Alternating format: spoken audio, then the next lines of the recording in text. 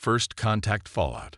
The void of space stretched before Captain Maya Chen as she stood on the bridge of the HSS Pathfinder, Earth's most advanced warship and humanity's crowning technological achievement.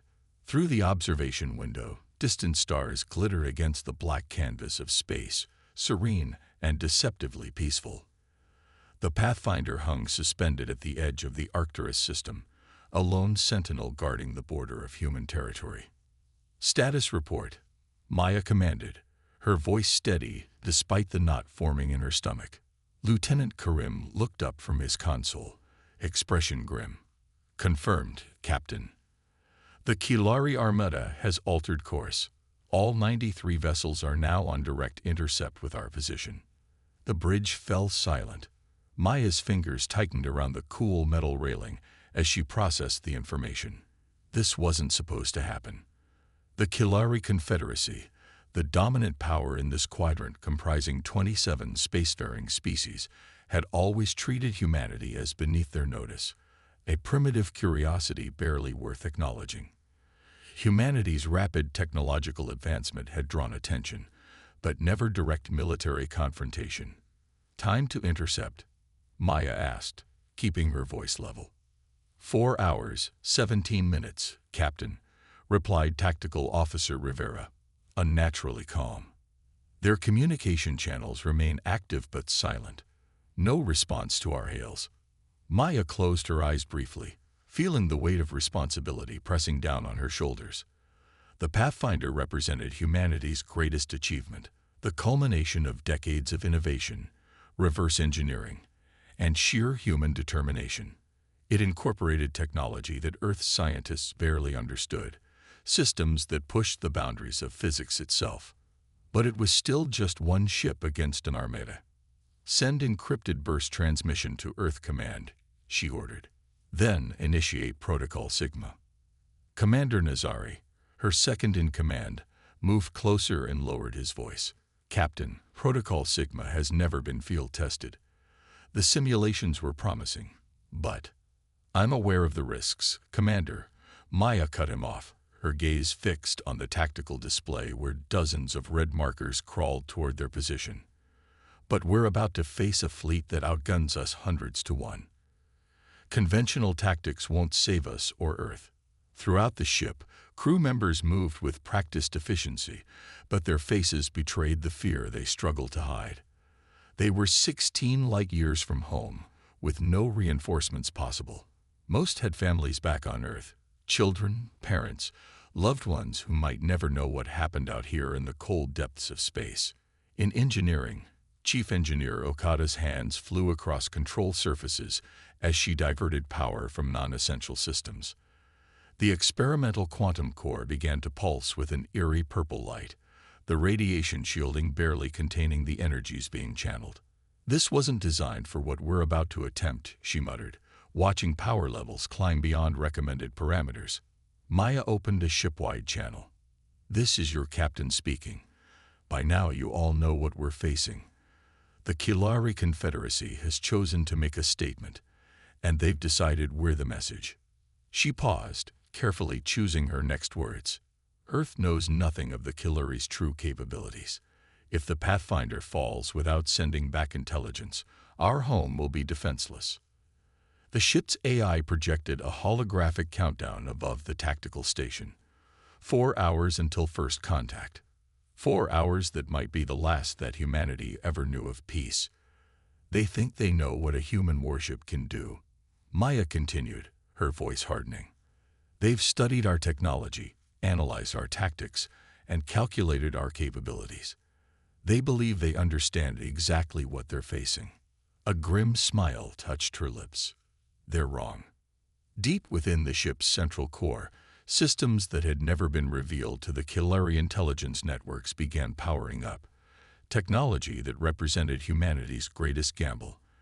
The integration of principles gleaned from ancient ruins found beneath Earth's oceans. In her lab, Dr. Imani Wright clutched her tablet as she reviewed quantum equations. As the ship's chief scientist, she had helped develop the theoretical framework for the Pathfinder's most classified systems. Now those theories would be tested against the most advanced fleet in known space. The probability calculations remain inconclusive, she whispered to herself. Too many variables. The ship's lighting shifted to combat status, amber hues casting shadows across concerned faces. In the weapons bay, technicians loaded experimental ordnance into launch tubes while engineers finalized calibrations on defense systems. Everyone moved with purpose, united by a single understanding. They were humanity's first and last line of defense. Maya studied the approaching fleet formation on the tactical display. The Kilari ships moved with precision that spoke of centuries of space warfare experience. Their formation was flawless, designed to counter any conventional defense strategy. But humans had never played by conventional rules. They expect us to run, she said quietly to her bridge crew. To flee back to Earth, leading them straight to our homeworld, or to surrender, becoming another footnote in their history of subjugated species. She shook her head. We will do neither. As the Pathfinder systems hummed with building power, Maya thought of the history lessons she'd devoured as a child. Tales of outnumbered forces facing overwhelming odds, the Battle of Thermopylae, the stand at Worksdrift, the defense of Malta. Humanity had always found ways to overcome superior forces through innovation, determination, and the willingness to attempt the unexpected. Divert all power to the experimental array, she ordered. Initiate the Mobius protocol. Commander Nazari's eyes widened. Captain, the Mobius protocol is still theoretical. The power requirements alum cold. Theory becomes practice today. Commander, Maya interrupted, her voice brooking no argument. Humanity didn't come this far into the stars to surrender at the first sign of superior force. Outside the ship, the void began to distort slightly around the Pathfinder's hull, an almost imperceptible warping of light that hinted at energies barely contained. Inside, crew members braced themselves as gravity temporarily fluctuated. Maya opened a final communication channel to the approaching fleet. Kilari vessels, this is Captain Maya Chen of the HSS Pathfinder.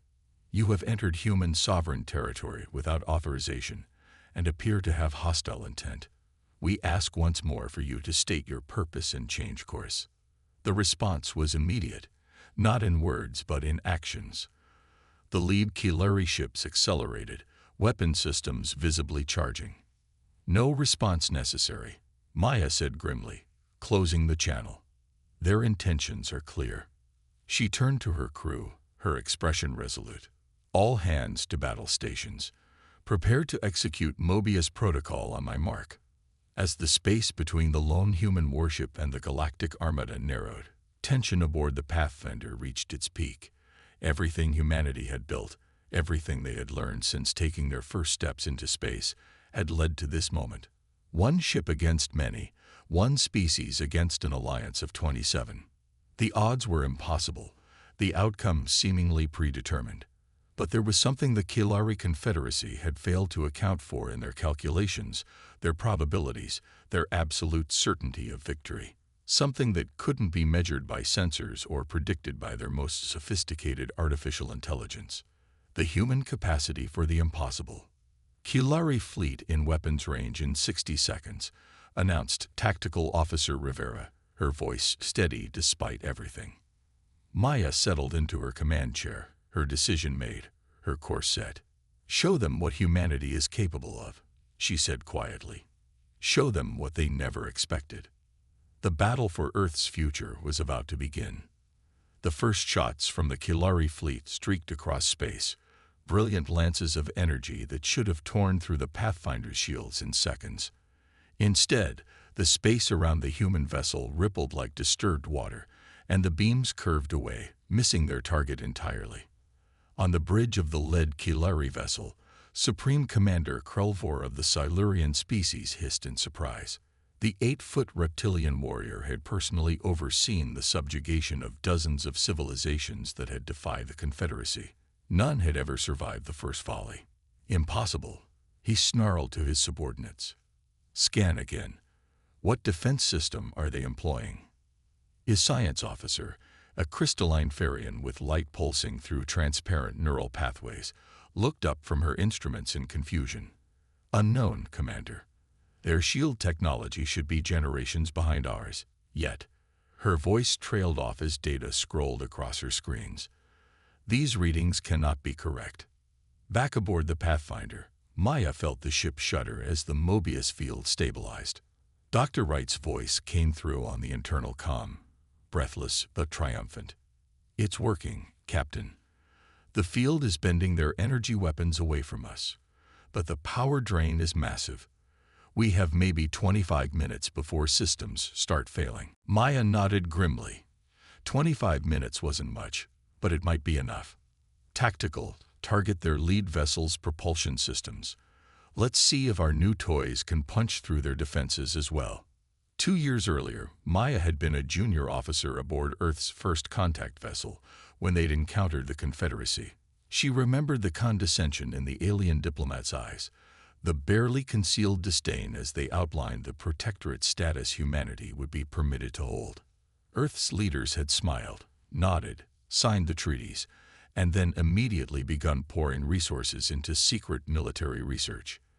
They knew from history what happened to technologically disadvantaged civilizations when they encountered more advanced ones. The Pathfinder fired, not the conventional plasma weapons the Kilari expected, but something new. Quantum-locked particles encased in gravitational bottles streaked toward the lead Kilari vessel. When they impacted the alien shields, the particles did what quantum-locked matter does best. They ignored conventional physics, passing through shields as if they weren't there. Commander Nazari watched the tactical display with wide eyes as the enemy ship's engines went dark. "My God," he whispered, "it actually worked."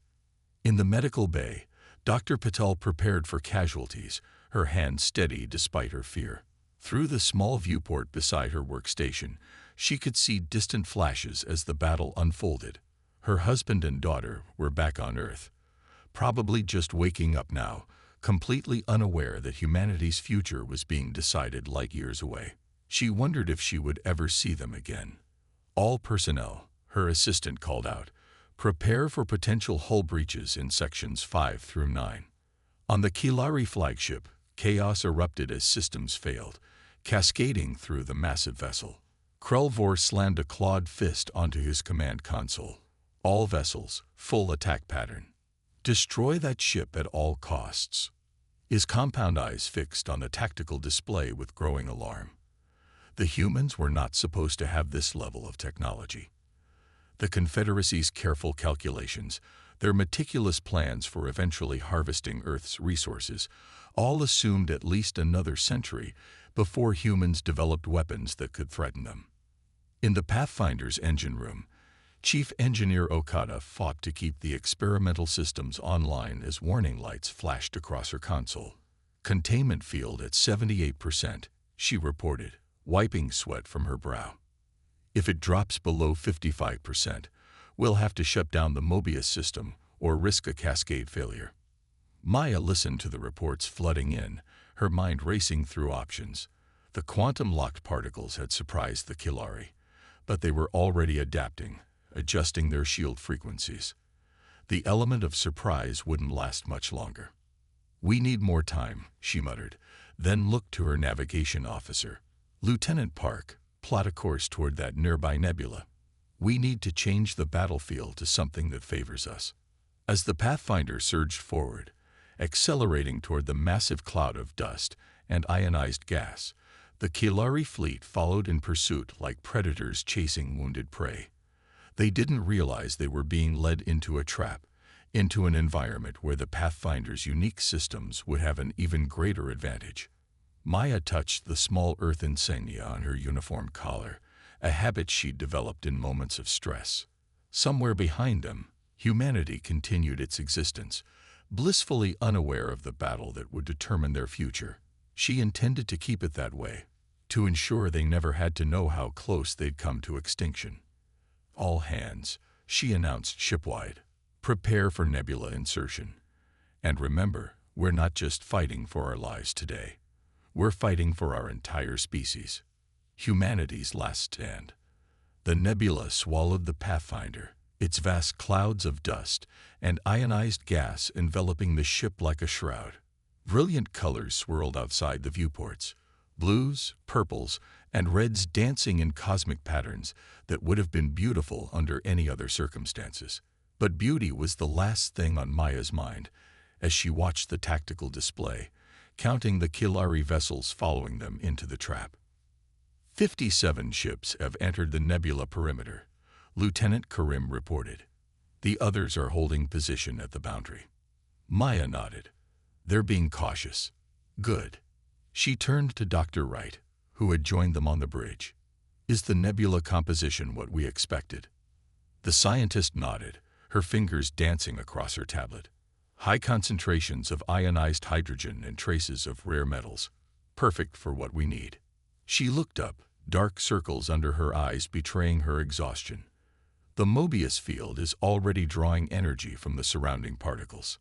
Power levels are stabilizing. For 4 generations, humans had studied the ancient ruins found beneath Earth's oceans, remnants of a civilization that had visited Earth millennia ago and left behind fragments of their knowledge.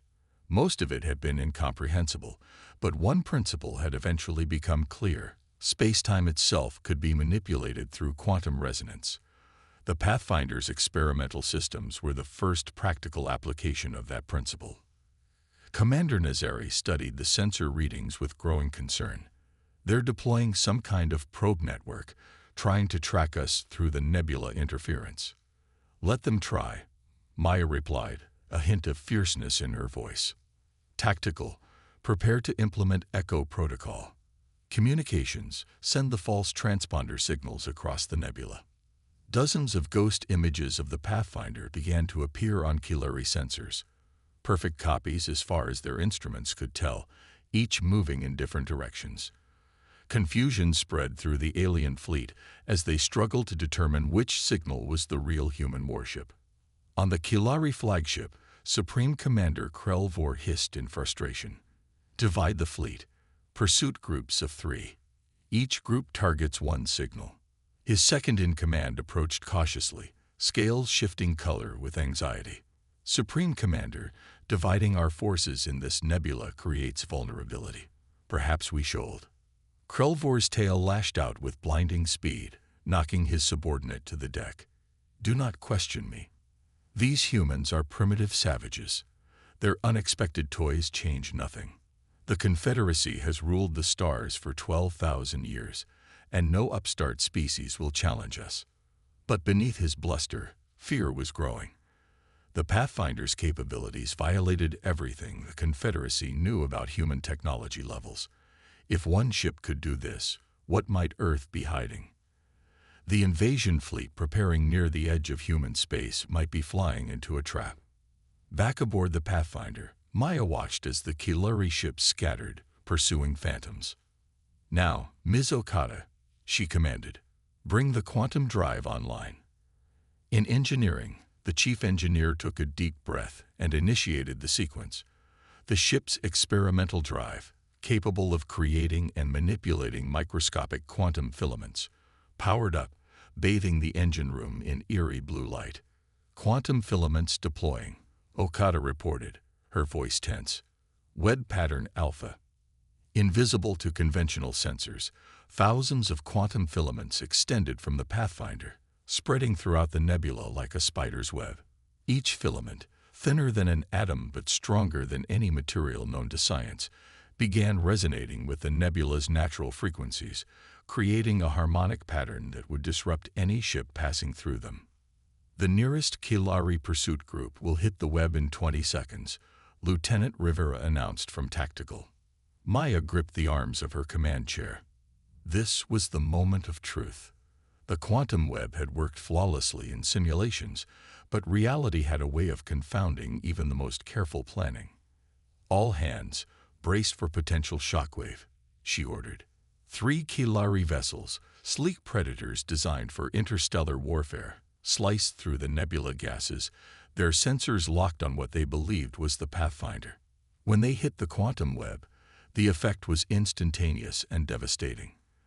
The filaments, resonating at exactly the right frequency to interfere with the Kilari ship's energy matrix, caused cascading system failures. The lead vessel's engines flared and died.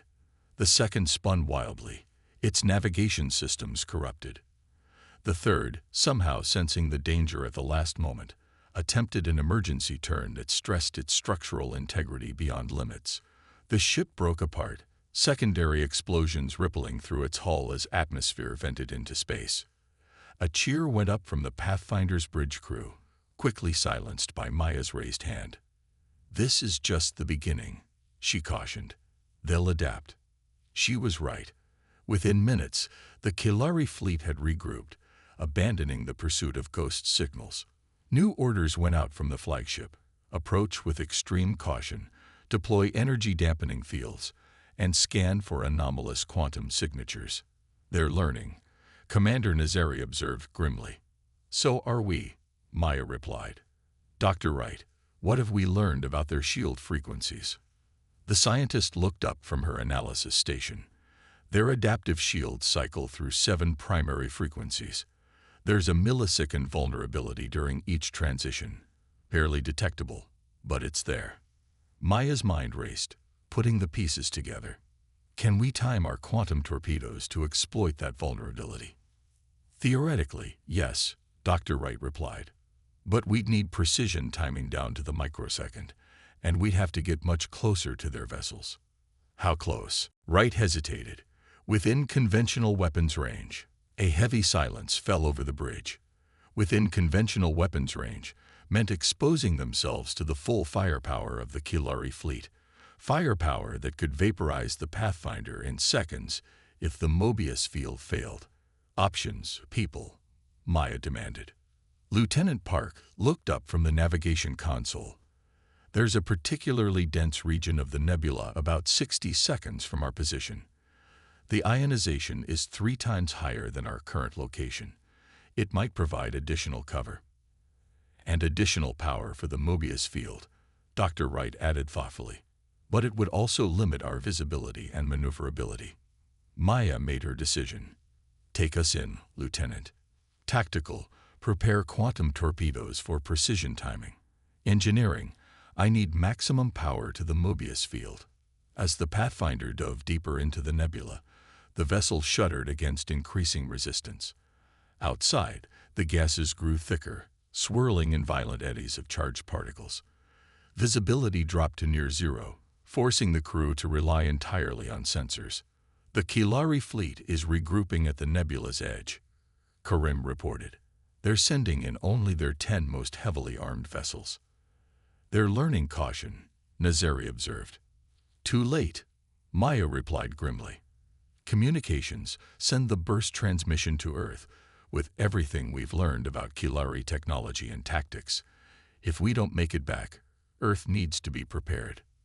The transmission, compressed and encrypted, shot away from the Pathfinder, riding a quantum channel that would be nearly impossible for the Kilari to detect or intercept.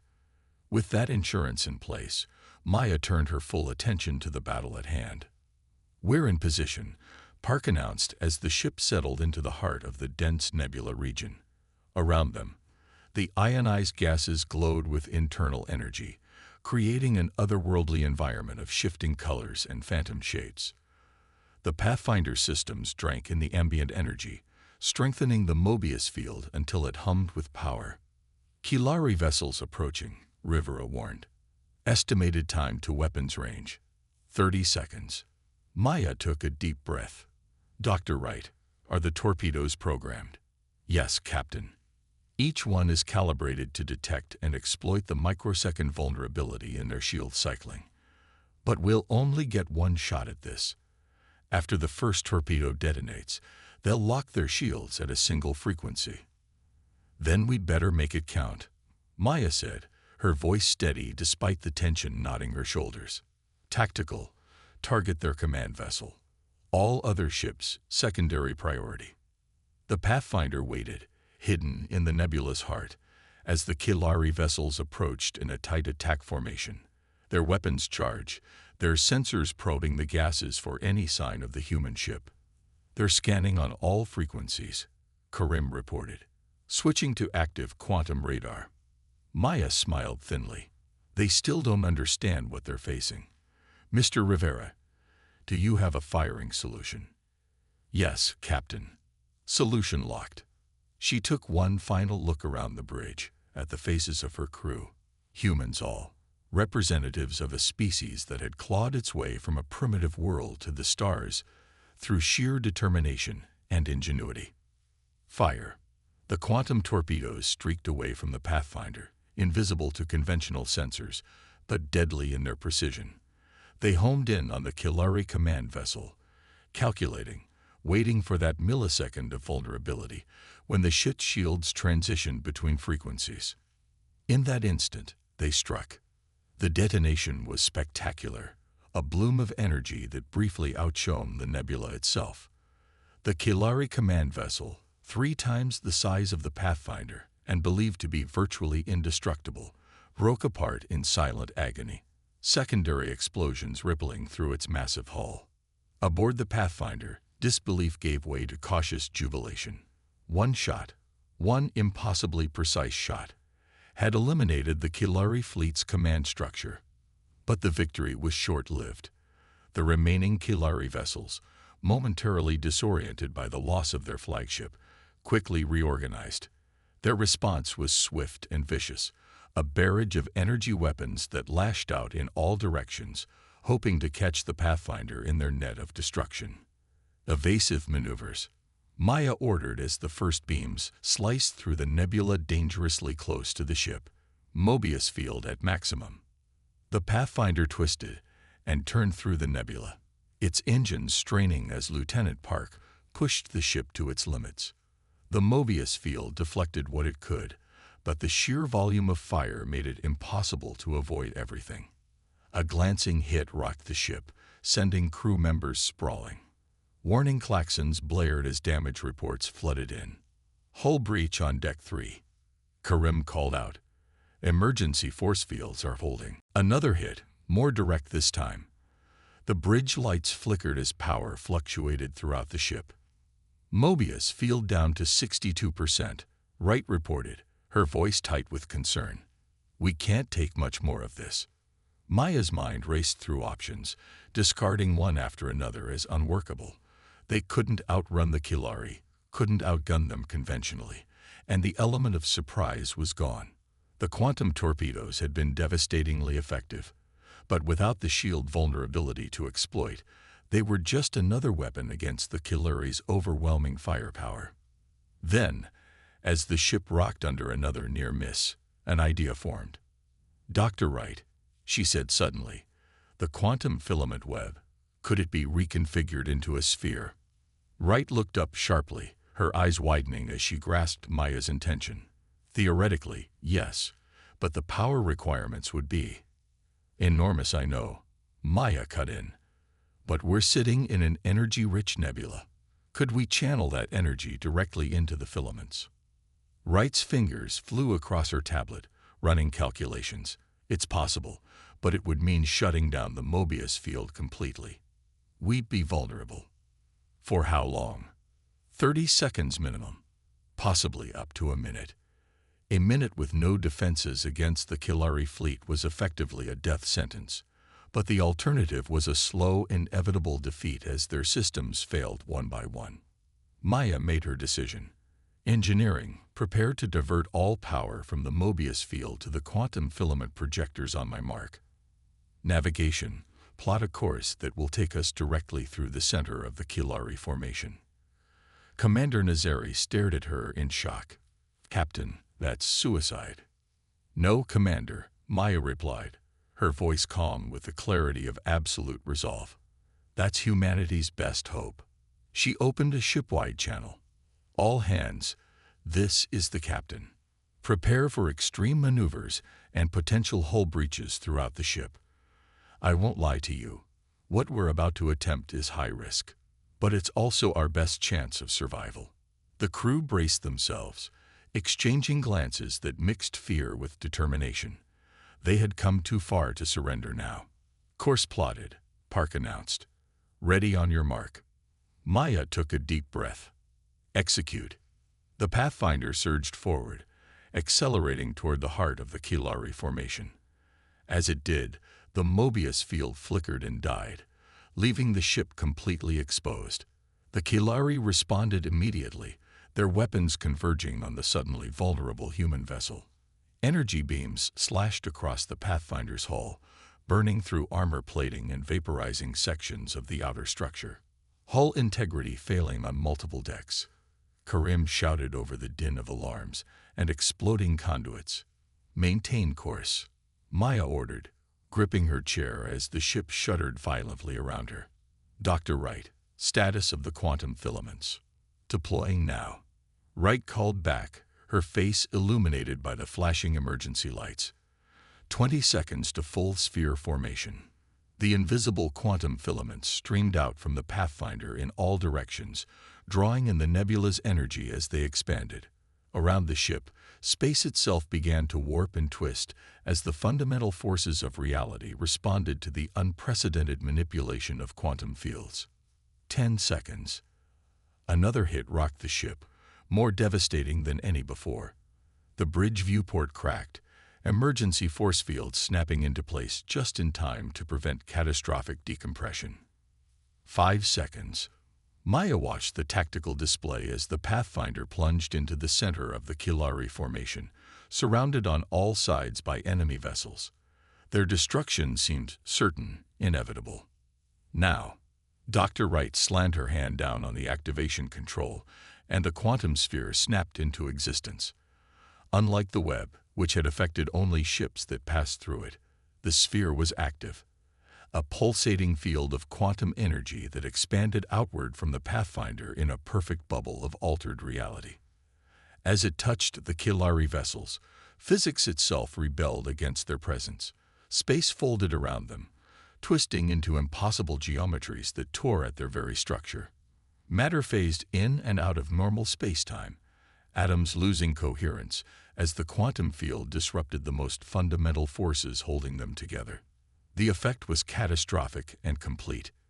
9 Kilari warships, each a marvel of advanced technology and engineering, simply ceased to exist as unified structures.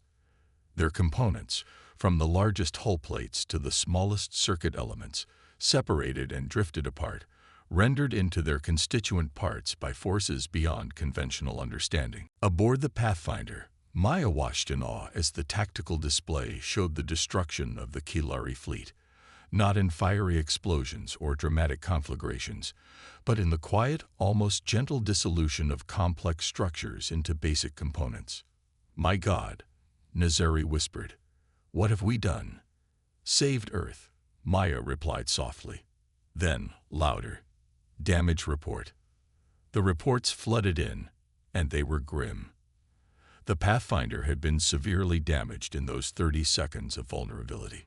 Multiple hull breaches, critical systems failing, life support operating at minimal capacity. But the ship was intact, and most importantly, the crew was alive. Engineering, status of the quantum core. Chief Engineer Okada's voice came through the comm, strained but steady. "Stable for now, Captain, but we've pushed it well beyond design limits. I wouldn't recommend a second performance like that." Maya allowed herself a small smile. "I don't think we'll need one, Chief." As the quantum sphere collapsed back into the ship, the Pathfinder drifted in the nebula surrounded by the scattered remains of what had once been the pride of the Kilari Confederacy. Of the 93 vessels that had set out to destroy the lone human ship, only the 36 that had remained at the nebula's edge survived. "The remaining Kilari vessels are retreating," Karim reported, disbelief evident in his voice. "They're forming a defensive perimeter but maintaining distance." "They're afraid," Nazari said, wonder mixing with satisfaction in his tone. "They don't understand what just happened, but they know they don't want it to happen to them." Maya nodded slowly. "Open a channel to the Kilari fleet." When the communication link was established, she stood straight despite her exhaustion and the injuries she'd sustained. "Kilari vessels, this is Captain Maya Chen of the HSS Pathfinder. What you have witnessed today is but a fraction of humanity's defensive capabilities. We came to the stars in peace, but we will defend ourselves with every means at our disposal if threatened." She paused, letting her words sink in. "Return to your territories. Tell your leaders that Earth wishes to renegotiate the terms of our relationship with the Confederacy as equals, not as subjects. We await their response." The channel closed, and Maya collapsed back into her command chair, the adrenaline that had sustained her finally ebbing away. "Set course for Earth, Lieutenant Park. Best possible speed." As the damaged Pathfinder limped away from the nebula, Maya looked out at the stars once more. They seemed different now, still distant, still beautiful, but no longer threatening. Humanity had faced its greatest challenge and emerged not just surviving but triumphant. The Kilari Confederacy, and indeed all spacefaring civilizations, would soon learn what Maya and her crew already knew. Underestimating humans was the last mistake any species should make. Earth would be safe now. And when the diplomats eventually met to forge a new relationship between humanity and the Confederacy, they would do so not from a position of technological inferiority, but as representatives of a species that had proven itself the equal of any among the stars. Maya closed her eyes, finally allowing herself to relax. They had done the impossible today. But then again, that was what humans did best.